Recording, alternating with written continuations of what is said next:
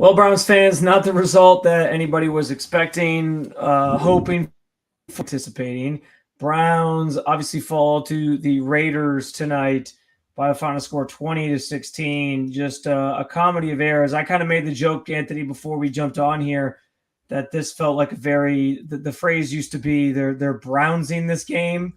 Over the last really the majority of the last 2 decades, that was kind of the phrase that was used a lot on Sundays to describe how the Browns turned losing into an art form, and they'd find just different ways to screw things up.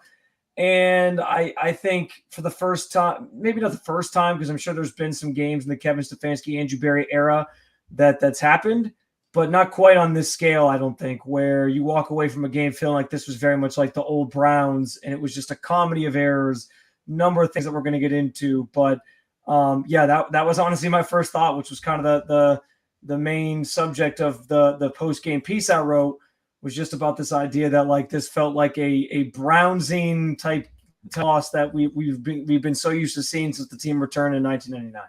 Yeah, it's just the only thing that comes to my mind is just how much that just sucked. Like, there's nothing really like great you can take away from it. You had a team that was one of the worst in the league, just lost to the Carolina Panthers, down their best offensive player, down their best defensive player, and you get beat. And you did so like the same problems that we've been having all year long. I haven't been getting fixed. The offensive line was atrocious. The defense got exposed again. The defense in the run game got extra exposed, gave up 150 yards rushing. And I thought, and we'll get into it in more detail, but I thought Deshaun actually looks fine. Amari let you down again in a massive way. Dustin Hopkins has been solid for you last year, but now he missed an extra point to go off of a missed kick last week that, ended up both of them making a huge impact. And it's just like stupid mistakes all over the field. It's just how you explain it is exactly right. It's such a Browns loss and something that we thought was gone with Kevin Stefanski and Andrew Berry, but whatever's in the water in Berea just keeps that kind of stuff around, and it reared its ugly head again tonight. Yeah, and it's just like I think it's hard because, and this is the thing with these losses. It's like it's not just one thing. There's not just like one thing you point at and say, man, if this goes your way, maybe you win or whatever. It's like a comedy of things. It is. Yeah. You can pinpoint so many different moments in this game where things just went wrong and it leads to a Browns loss. And that's what to me, like, that's what defined like the idea of Brownsing a game. It was from start to finish, whether it was the officials or whether it was a boneheaded play by somebody or a costly penalty. There's just so many different moments you can look at, and you're like, man, like this just, it sucks for the fans, and it's something they've kind of gotten used to, I guess, on some level. But it's still, every time it happens, you walk away with the same feeling. So there's not really a getting used to it. You're used to it because you just kind of expect it, but it doesn't feel any better for fans. But for a game that was dubbed as, even by the Browns players themselves, I mean, Grant Delpit said it in middle of the week, like as a must-win game. This did not go the way that anybody had planned. And why is it 2 weeks in a row that you come out and you start fast as heck? Like, you go right down the field, 80 yards, you complete. Deshaun had 2 really nice third down completions. Elijah had an awesome catch on 3rd and 10, and Deshaun was staring down the barrel of a gun. And then, and then they punch it in. You take a 7-0 lead, then you turn them over, and then you go down, you kick a field, you have a 10-0 lead. Like, we're 1 week removed from having a 7-point lead 11 seconds into a football game, and you lose both of the games to 2 really bad teams. It's like, what the heck? It's just like you said. That the worst part is that there's nothing you could do to be like, ooh, if we fix that, we're going to be a playoff. It's like, ooh, like if we make a trade for a lot of things you got to fix, we're good. There's holes. It's like that scene in Ice Age when the guy's trying to plug all the holes in the dam with acorn and it just freaking explodes. Like, that's all reference. Exactly what it is, because there's so many problems right now, and there's nothing. You don't see the light at the end of the tunnel. Yeah, and you brought up earlier, like, if you want to debate if this was a worse loss, if last week was a worse loss, like in terms of who you played and all these different things, like part of it for me is I actually think this was the worst of the losses, because like the Giants, we felt like on paper the Browns were the better team in that game, and they should have been. But in the same breath, like the Giants still had players that you felt were talented. I mean, we knew they had a good defensive line with Brian Burns and Dexter Lawrence, We knew that Daniel Jones was able to do some things with his legs, that he's had some good games throughout his career where he kind of gets going. And we knew that Malik Neighbors was a freak. We knew Devin Singletary could potentially be a threat. Like, they have some players that you look at and you're like, okay, and that's not to say the Raiders don't, but when you find out that the Raiders are down their two best players in Devontae Adams and Max Crosby, like that to me lowered them to a level where it was like, this is probably the worst team, like on a Sunday where given the circumstances that you're going to play this season, and you give up 152 yards rushing, you can't get off the field oftentimes on key downs. The offense, they have that great starting drive like they always do with Kevin Stefanski. The scripted drive is always a thing of beauty. And then they can barely muster, scoring drives the rest of the way. And I understand there's context of that. We'll talk about the penalty and all these different things. But like, it's just bizarre to me. And I don't know, man. Like, I thought, like, if you win this one, I don't know that you would have gained back the trust of the fan base all in one fell swoop, because it is just one game against a team that was inferior to you on paper. But at the same time, like, if you win this one, it at least sets you up for moving forward to be like, okay, there's progress being made. Now it's just you feel like the hole is even deeper. And to your point on like trying to fill the little holes in the boat, like, I don't know where you go from here. Like, there's too many things. There's too many injuries on the offensive line. There's too many guys who just aren't making plays for you that you're counting on making plays for you. A game where Deshaun plays, probably one of his better games as a Brown, I would say. And he's got teammates letting him down left and right. Like, I can't put this one solely on him. Like, if I'm trying to exact and dole out blame places, Deshaun's lower on the list in terms of people that I'm blaming in this game. Like, it's a number of different things. But yeah, I can't wrap my head around not only how they lost to the Giants last week, but how they lost both of these games that were supposed to be the winnable games on your schedule and games that kind of set you up to be in a good position moving forward in terms of your record. Dude, all right, here we go. Tell me what games we're going to be favored in or you're excited about our chances in. Next week, Commanders. Nope. Not anymore. No. Well, that's the thing. Like, that was supposed to be another game where it was like, maybe you can beat the Commanders, but the way that Jaden Daniels is playing, he looks pretty good, and he's getting more and more comfortable each and every single game. That Washington team is no joke, so I'm not taking them lightly. And after what we saw from the Browns last week, 2 weeks, you can't take anybody lightly. I mean, they could be playing the 2017 version of themselves where they didn't win a single game, and I don't think I would take them. I could take them lightly. We go Commanders, Eagles, no. Bengals after that. Then you go Ravens, Chargers, Saints, Steelers, Broncos. Eagles are an interesting one. That's like the one. There's a real world. Eagles feel like a sinking ship right now, but that's the only one. It's us too. It's both of us. We're in the same kind of a boat. They're having the similar two sinking ships. Who's gonna drown which first? One's sinking faster? Yeah, which one's sinking faster? At least we got that to look forward to. It's like for the next 12 weeks and till January 5th, we're not going to be favored in a game. Like, and you shouldn't be. Yeah. And there's a real world where this team is. I don't want to be dramatic, but like a 1, 2, 3 win team because they haven't proven that they can beat anybody. Today was you played the worst team in the NFL today and you got beat. It's just a horrible display of everything. And it's like, it's as frustrating a loss as you could have. Well, I think we've beaten around the bush long enough. I think it is time to talk about the Amari Cooper play because, I mean, listen, for the guy who this week was, vehemently out in front of calling out the media and honestly, he sort of started like a crusade against the media after those comments he made. And I'm gonna be honest too. Like, I want to make this clear from the jump. I don't have a problem with Amari Cooper and what he said about the media. I don't have a problem with guys saying like, hey, if you're going to criticize us, we're going to criticize you for dumb questions or whatever. Like, if you say something that's false, I'm going to call you on it. Like, okay, I think that's totally fine. He has a right to do that. But when you say stuff like that and you come off with this, this certain tone in the things that you're saying, and then you go and you make a play like you made that ends up costing your team a game, it's a bad look. And it's the latest look of a player that feels like he is like half in, half out. Like, he's Amari Cooper. He generally is going to show up with his lunch pail and go to work for you. And I think he still has that about him. But at this point, like, I have to believe that all the stuff that transpired this offseason with his contract, with the trade rumors, all that, has him in a spot where he's like, I don't really want to be here, but I got to keep playing hard because I got to earn a contract and I got to show I can still do this. And it's kind of like in my blood to do that.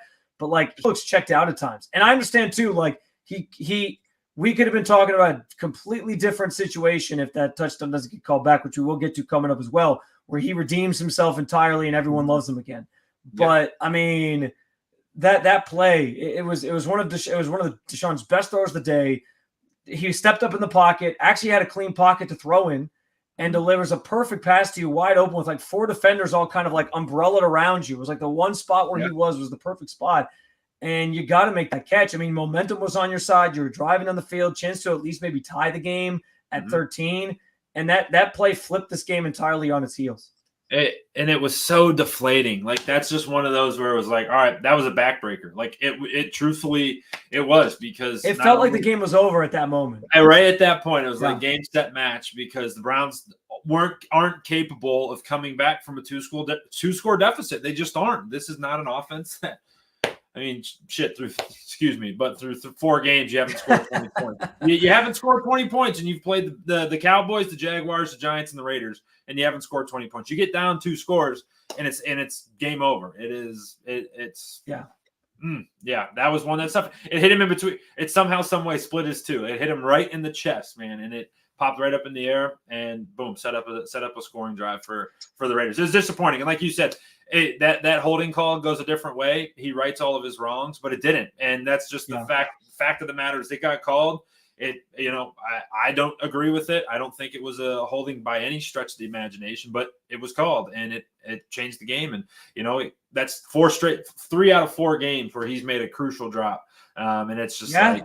And it's not just him either. Like Jerry Jeudy dropped a pass in this game. The Browns came into this game as the league leaders in terms of drop passes. I know Njoku had a drop in week 1. It's been others. Ari's been probably the most egregious from a guy that is usually sure-handed. So like I think there's a problem there. Like I understand. Like I applaud Deshaun on some level because he's always been that guy here in Cleveland, at least, and he was like this in Houston as well. But when a guy makes a mistake, and I thought one thing he deserves credit for, he did this with Dwan Jones too. There was the play where Dwan Jones, he gets sacked or he got hit as he threw, and he couldn't get the ball to Amari on another play earlier in the game. Wide open, would have been a touchdown. And he sort of, he yelled. You could tell he verbalized at Dwan Jones like some sort of message of like, dude, you gotta pick this guy up. Like, you got to see it. And we'll talk about the offensive line here, but like, that's been another issue with this team is just the communication up front, like who's getting who. That hasn't been good. But after that play, he goes over and he's sitting on the bench, and you can tell he like comforts him and says like, hey man, like I still believe in you.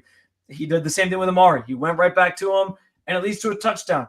And listen, that it was a funny moment in some respects, because it was like, oh man, he rights his wrongs. It was a complete like redemption arc type story within the context of the 60-minute game. And it would have been a phenomenal story to be writing about post-game and all these different things, but it doesn't go your way. And so now we have a different context and that's how that, and listen, I understand maybe it's unfair, but that's sports, man.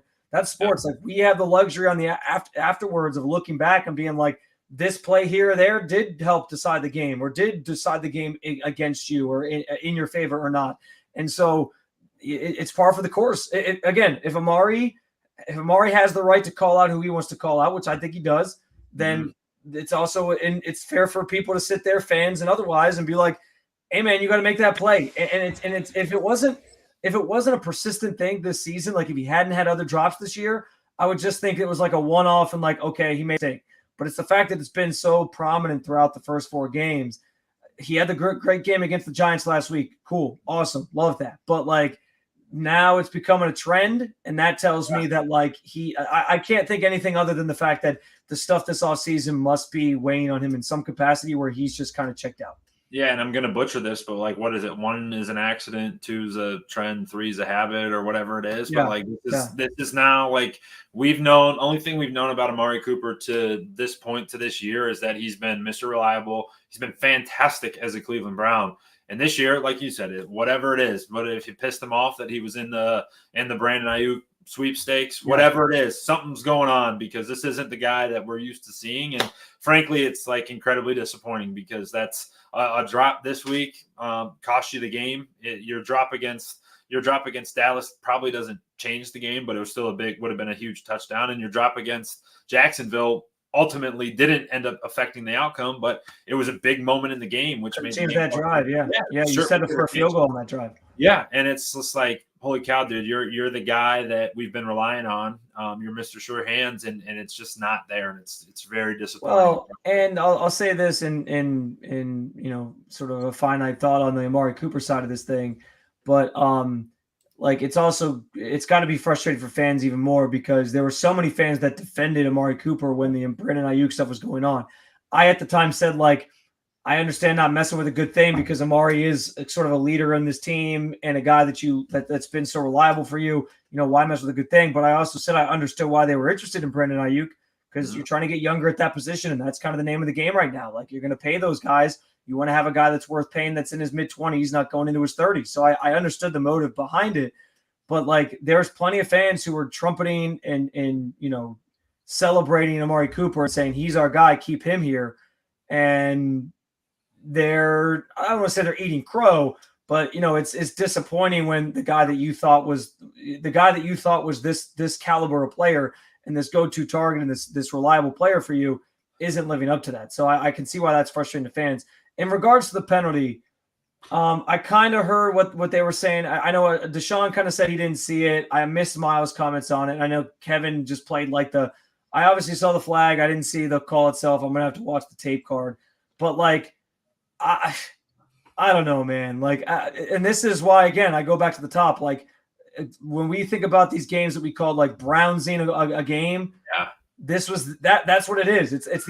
There's always at least one call that doesn't go your way for Browns fans, and that was this. And that was, I mean, look, you see on the replay like he's holding his jersey, but I've always heard the same sort of like unwritten rule that, like, if you have them in front of you, you can hold the jersey. It's just once they move, you have to let go. And from every angle they showed, it looked like as soon as he moved to Nick Harris's right, he let go. Like, if you're gonna hold, take him to the freaking ground. Like, the guy that they called the holding on hit Deshaun Watson as he was throwing it, and I don't know how he finished it, but I don't know if he like planted him in the ground or whatnot.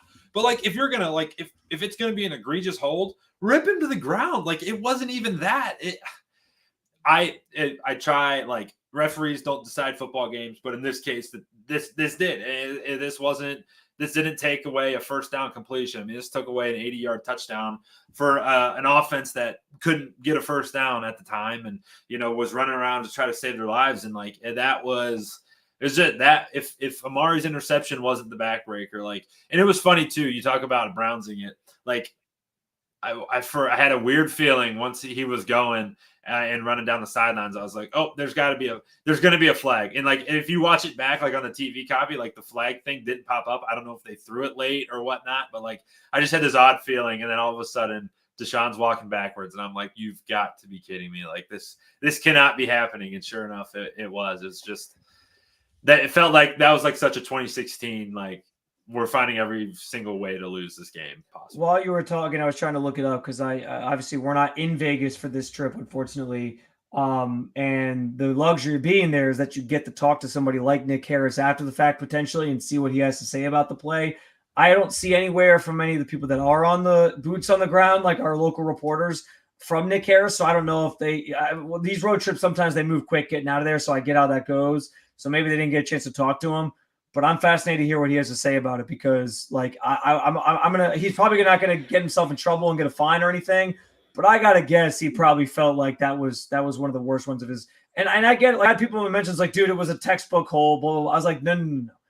If you think that's a textbook hold, like, go back and watch any football game. Like, that feels like one of those ones where they say they can call holding on every play. And that feels like one of those ones that they could call if they really wanted to, but they normally let it go. And then in this instance, they just called it. I'm not trying to get like overly frustrated here and emotional, but it's like, my goodness, man. Like, and for it to be on a play that changed the game that drastically, it wasn't like it was just like, hey, he hooked up with Amari Cooper for 20 yards and he got tackled. It was a touchdown. It was a touchdown. It changed the game. and it changed the momentum. And I understand, like, yeah, it goes against the Browns or for the Browns, and that, you know, it's a big emotional wave one way or the other for either team's fan base. But like, I just don't think you can let that be the call that ends or changes that play. Like, it has to be more egregious than that. I mean, when you got Myles Garrett with guys wrapped around his neck on every single play, and I get it, they're not going to call a single one because it would just slow down the process of the game. Fine. But like,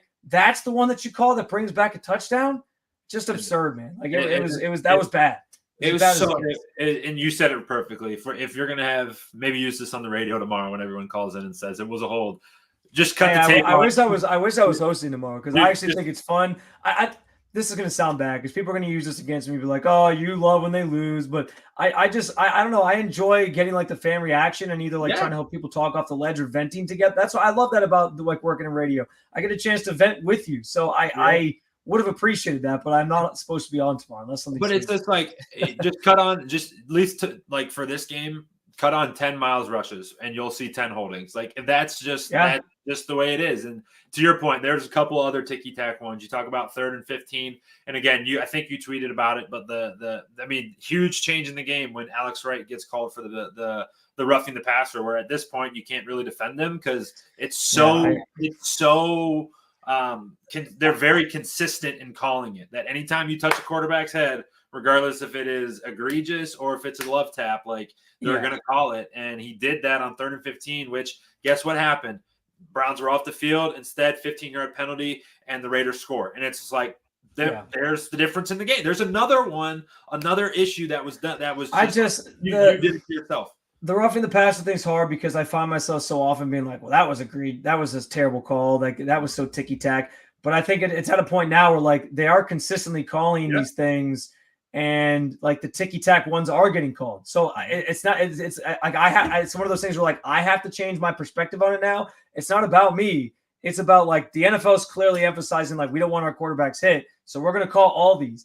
And my problem, though, is, like, I just think in general that play is difficult to teach to a player because spur of the moment, it's not always it's the easy thing to do is go to Twitter and be like, Alex Wright has to know better. But you put on the helmet and shoulder pads and try to tackle a guy going full speed in a split-second decision and tell me that it's easy just to avoid their head all the time. Like, it just happens. And so I think it's a really hard play to officiate and a really hard play to have in football in general when you're not but it is what it is because they're going to keep calling them. But yeah, I mean, that's another one.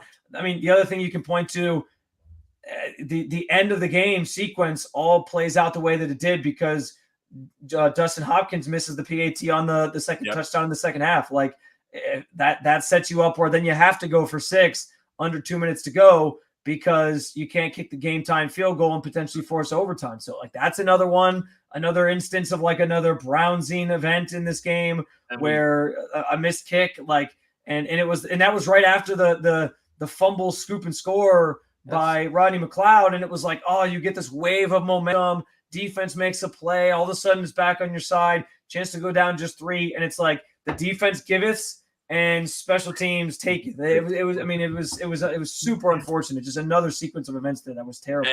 And to your point of the last sequence of events, right? We can't run the ball all game long. Finally, we hit a big one. Jerome Ford, 35 yards, sets you up. 2-minute warning, right? You got 1st and 10 at the 15-ish, give or take a couple yard line.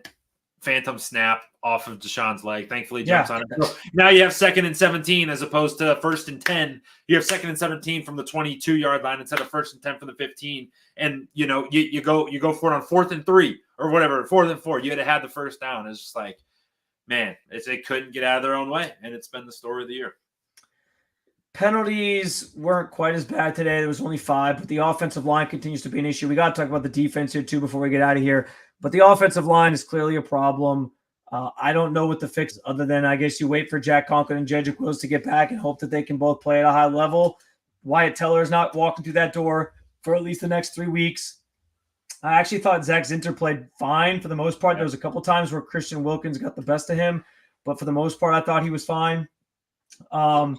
There's still issues up front, and what's apparent to me, Anthony, is it feels like this team, from an offensive line standpoint, like this group that we generally feel like going into seasons we had confidence in, suddenly they've aged a little bit and they're just not quite as dominant as they used to be. And I don't know what the reason is for that. Maybe it's that Bill Callahan's not here anymore. I know that's the easy thing everyone's going to point to, but maybe it's just that they're just not as good as they once were. It's definitely plays a factor in it. I also think too, like schematically, like we're a whole different type of team right now, and it's like, hey, they were like really successful running the ball, and that's running the ball downhill. You're in the I formation. You would run it 30 times a game, right? Nick Chubb was great, made you right, but you were going forward.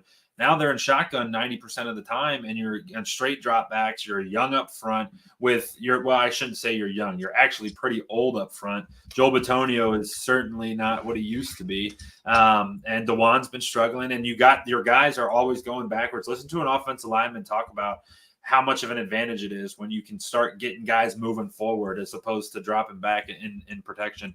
I don't know. It's this scheme feels really disjointed. It feels really disconnected at all levels. It feels disconnected at the top where I don't feel like there's a connectivity or a synergy between when Kevin's calling plays. Like he used to build play, like when you would watch a Browns game, everything made sense, right? The screens made sense compared to the runs. The play actions made sense compared to the runs. The runs made sense compared to the passes.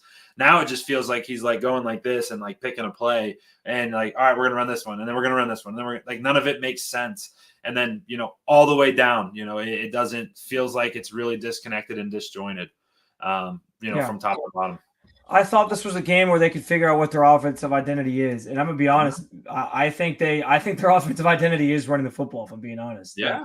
That run at the end of the game, a friend of mine who I text with, I'll shout him out, Lance Riesland, who works for Cleveland.com, actually. I've gotten to know him this last year. He's great, and he's a former coach, so he knows his stuff. Mm-hmm. And he called it like that 35-yard run Jerome Ford had towards the end of the game, late fourth quarter. I think it was like the second to last drive or the third to last drive that the Browns had. It was the first counter he said that they ran the entire game. And look at the success they had doing it against a bad run defense. Like when their run game is going, they're moving the ball, they're staying ahead of the sticks, they're doing some good things. And I that remains to me, it feels like that's still their strength, but they've built this offense around Deshaun, and so they're not going to really use it and go back to it. And so what does that mean for when Nick Chubb eventually comes back? Who knows? But I continue to be perplexed by the idea that like I think what's staring you in your face is like what you can still do really, really well. And they're just ignoring it because of the quarterback that they have. And that's just my read on it. I could be wrong, but that's just what it feels like to me. And you take that one outlier away, right?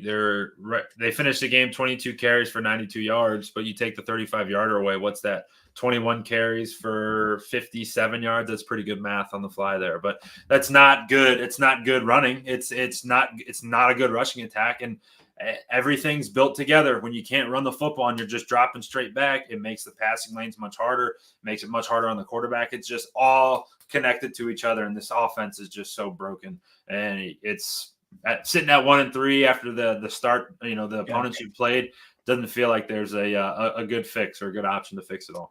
Yeah. And you still don't have an identity now going into week 5, which is probably the most concerning part of all this is we don't know what you do well on offense. On the defensive side of the ball, I'm starting to have questions about what that group does well too, Anthony, because listen, the Raiders coming into this game, they were 32nd in the league in rushing yards, total rushing yards this season.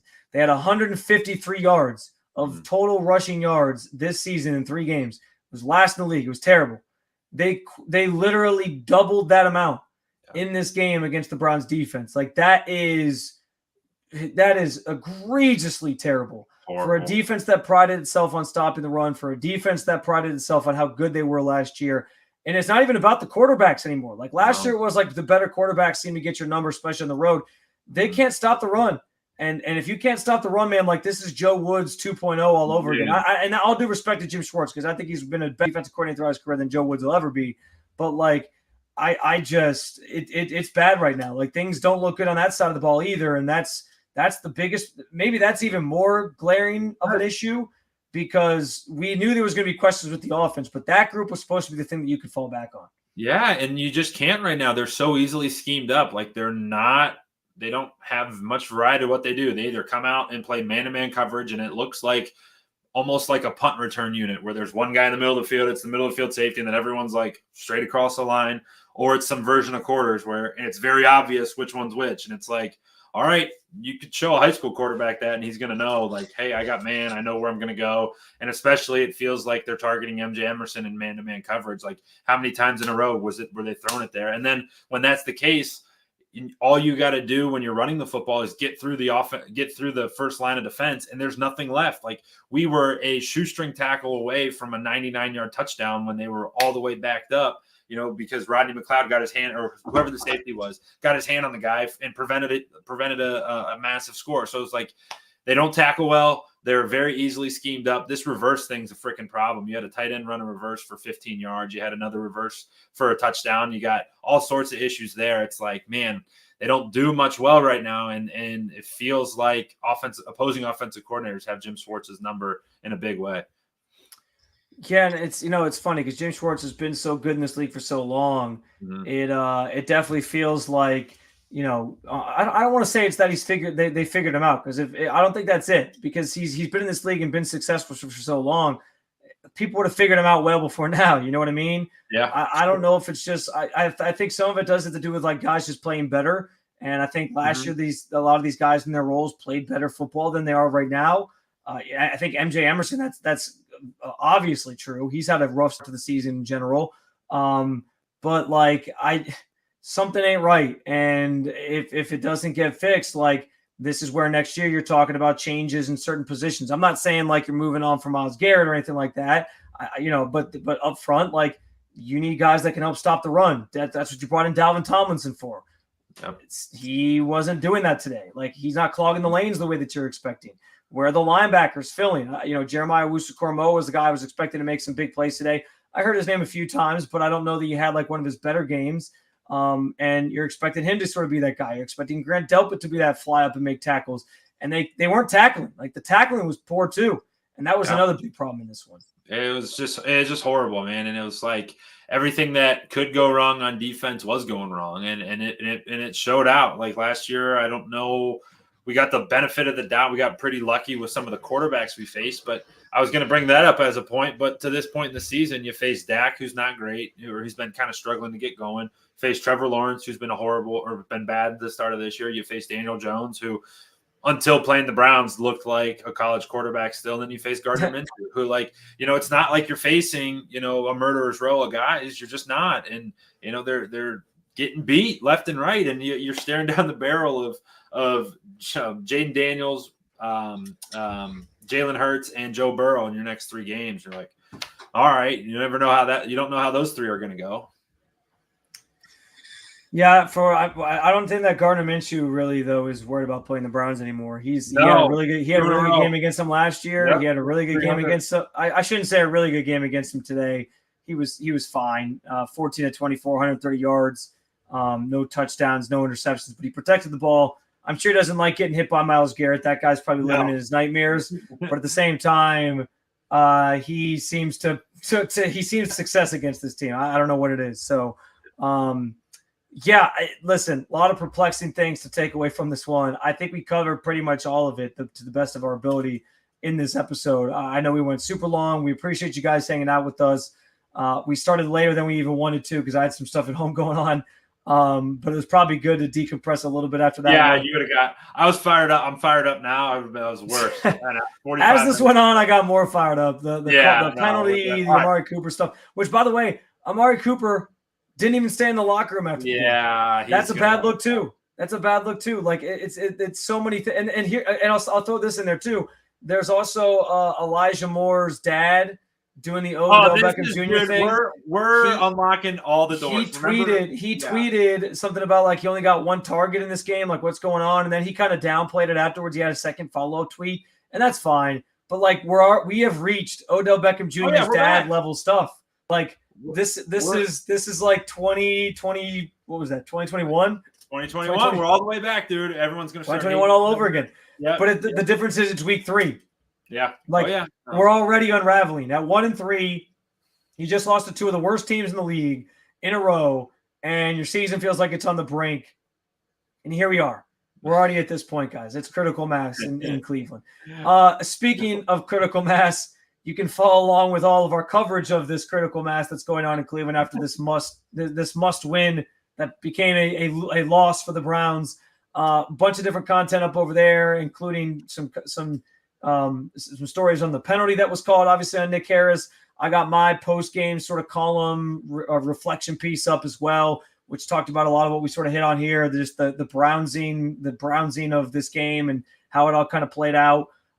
There's a bunch of other stuff still to come. I'm going to work on some other stories, just things that guys said about the penalty, and we'll have a bunch of stuff up for you the rest of tonight, going into tomorrow morning, as well as we get our Monday morning quarterback view on all these things.